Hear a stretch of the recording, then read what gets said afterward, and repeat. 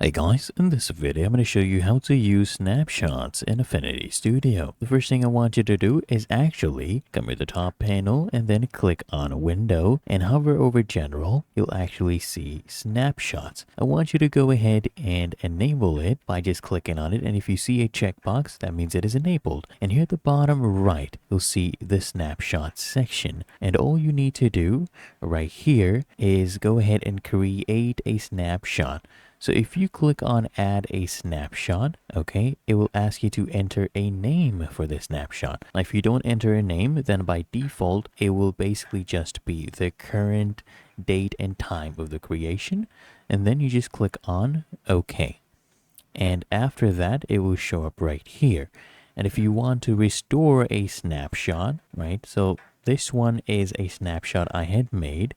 And if I click on it, I get this option to restore snapshot. And if I click on this option, so you can see, we have restored to the previous point where that clock I had added did not exist. And if you want, you can also delete a snapshot just by clicking on that specific snapshot and then clicking on this trash can icon to delete the snapshot. And there you go, it is gone. But that is how to use snapshots in Affinity Studio.